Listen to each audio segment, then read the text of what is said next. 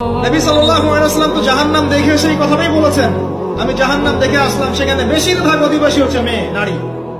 কি কারণ? তারা এমন কাপড় চোপড় পরে বাইরে ঘুরতো, যেই কাপড় পরেও তারা নগ্ন থাকতো। আমি কি ব্যাখ্যা করতে হবে? আপনি দেখতে পারেন না? এবং তারা স্বামীর সাথে কুফরি করতো। সারা জীবন স্বামী যদি তাদের ভরণ পোষণ দেয়, ভালোবাসে, মহব্বত করে, তাদের জন্য জীবনটা ক্ষয় করে ফেলে, এক পর্যায়ে গিয়ে বলবে সারাটা জীবন তোমার কাছে কিছুই পাইলাম না। বাস্তব। এগুলোর কারণে মেয়েরা বেশি বেশি জাহান্নামে যাবে। এবং তারা মানুষ মারা গেলে মাতম করে, বুক পিঠ চাপড়ায়, এই কারণে যাবে। এবং তর্ক লাগলে অভিশাপ দেয় বেশি, এই কারণে যাবে। আল্লাহ পাক আমাদের মা বোনদেরকে হেফাজত করুন। তবে একটা হাদিস আছে সুসংবাদের। নবী সাল্লাল্লাহু আলাইহি ওয়াসাল্লাম বলেছেন, একজন নারী যদি 4টা কাজ করতে পারেন, জান্নাতের যে কোনো দরজা দিয়ে ইচ্ছা প্রবেশ করতে পারবেন।